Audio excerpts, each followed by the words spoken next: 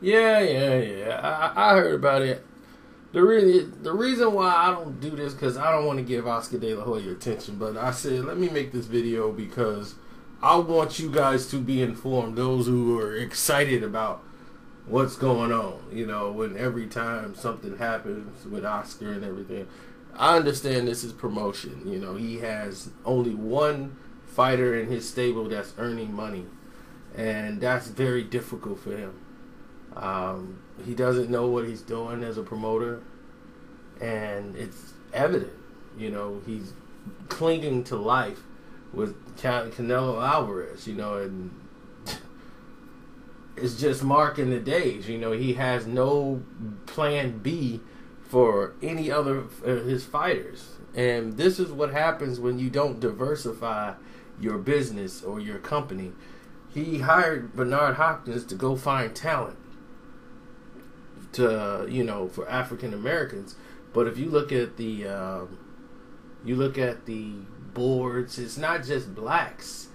There's no real anybody else in there that's of any denomination. There's no Irish people that work there, nothing. So you cut out the Irish community, you cut out New York or East Coast. I don't know any Italians that's on his payroll. I know he got a couple of Canadians, but you very limited yourself to being only a West Coast business. You become a local business where you used to be a universal business. So now you're at the mercy of everyone else, and your fighters now don't feel protected when they go into certain situations. And other fighters that are there are kind of baiting their time because you can't get them fights. And all the African American fighters that you had, that Bernard Hopkins was supposed to bring in, where are they now and what are they doing? You see, this is why your sport doesn't grow, because you're trying to be commander in chief, and I mean boxing on your end. Because in your mind, you're like, why am I going to promote African Americans? Nobody's going to come see them because you don't know how to promote. Just say, I don't know what I'm doing. I don't know how to promote. That's why I got Bernard Hopkins. And Bernard doesn't know how to do it either. He could tell you who can thump and rumble, but as far as the promotional part, he can't do it. They don't know what to do. Because all he gonna want to do is not step on his toes and ruin his check from Massa. He don't want to ruin that Massa check. I don't want to lose my Massa card. You know I ain't gonna lose no money, cause I'm cheap. I cheat my own nephew.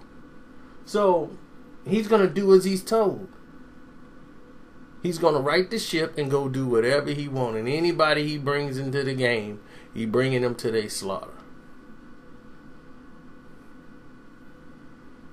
They're going to bring him in so that they can get beat by the Hispanic fighter that Oscar's going to set him up with.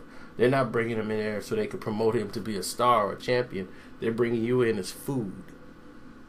Now, Oscar De La Hoya is pulling this wool over everybody's eyes as if he's going to come out of retirement. He hasn't fought in 10 years. He ain't been relevant in about 10 years. Probably longer.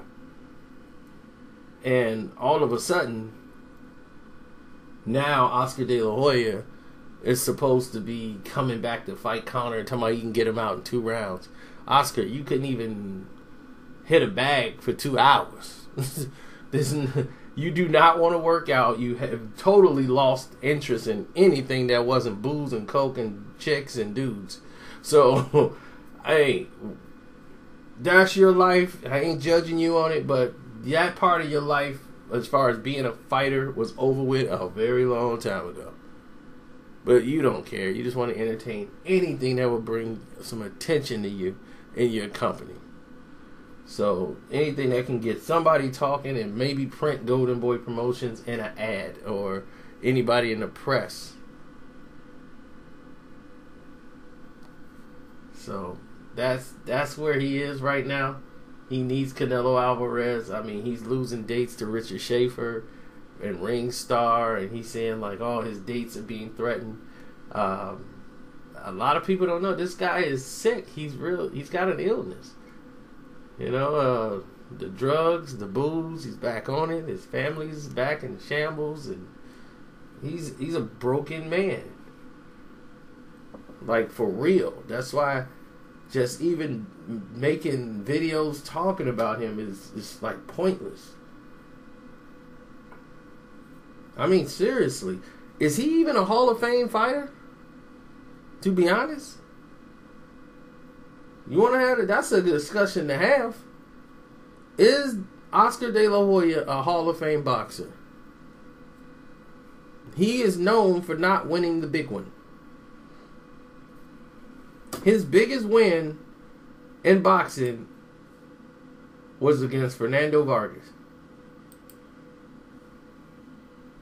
Other than that, he was the guy you could beat in a pay-per-view fight. Every big major fight they built him up to, he lost.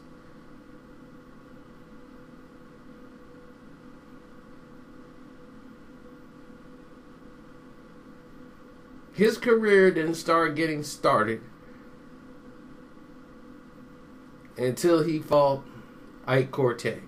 That was the first fight he had at welterweight against somebody that was a legitimate welterweight, was a threat to him, undefeated 34-0. This was the moment he was supposed to shine.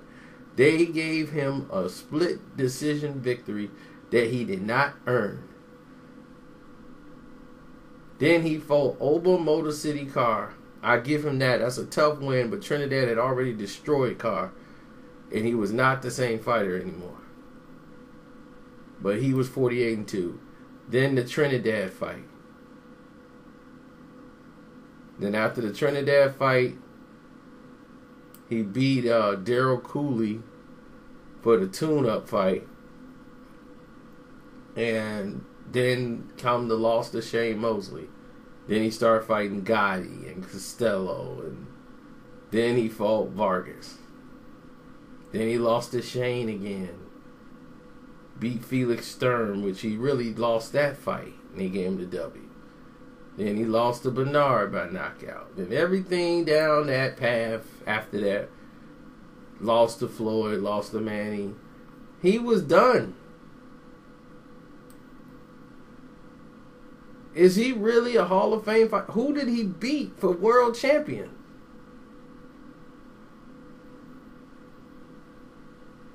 I'm really trying to figure that out, because he was always the big guy going against the little guy. Gennaro Hernandez. That was his breakout fight. I'll never forget that. Rafael Ruales. Yeah, but he was bigger than these guys, and he was bigger than Jesse Jane, Leaz, Hernandez, and Rules. So, I mean, he's gonna get in. I mean, the standards in boxing has been lowered now because of Arturo Gatti.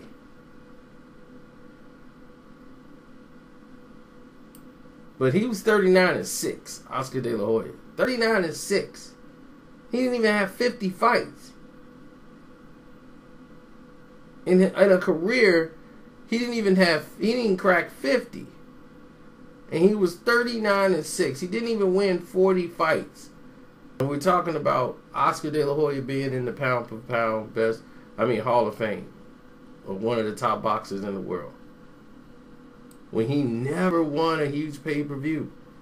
He lost to Trinidad in a big pay-per-view. He lost to Shane in a big pay-per-view. Lost to Shane twice in pay-per-views. The only one he won was Fernando Vargas. The very next big pay-per-view he lost. Then he lost to Bernard. Knocked out there. Ricardo Mayorga. If we don't call that a big pay-per-view, that was just a circus show. We know that. Then Floyd and Manny. I mean, what pay-per-view did he dominate? Are we really going to count the Chavez pay-per-views? No. Oscar De La Hoya really is in the Hall of Fame. He didn't beat anybody in their prime that was on his level. He didn't do it. When he should have rematched Trinidad, all he had to do was take the fight. They just wanted a parody, or at least way better than what they got when they signed the contract and got screwed the first time.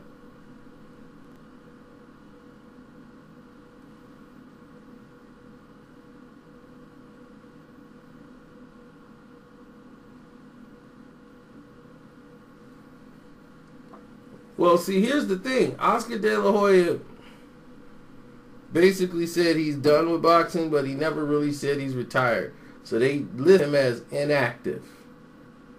So he's been inactive for 10 years. And he tried to come back. This is the thing a lot of people didn't know. Oscar De La Hoya tried to come back to boxing. He started trying to train again, and he couldn't do it. He couldn't do it. His shoulders, arms was just a mess. He could not do it. His body was hurt. And he's like, I can't do this. This is too hard. My body is not responding the right way. He's got joint pains, all these type of different injuries and pains he's going through because of it. So, with that being said, we end this. It's just a dream. Oscar De La Hoya will not come back and fight Conor McGregor. Only when he's completely broke will he do that. People need to be more concerned about his psychological demeanor, because his company is losing money, hemorrhaging cash.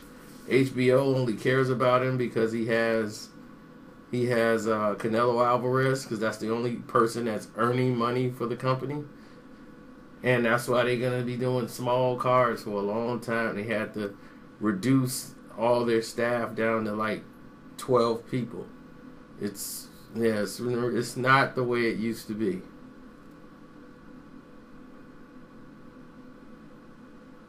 Well, I'll tell you one thing.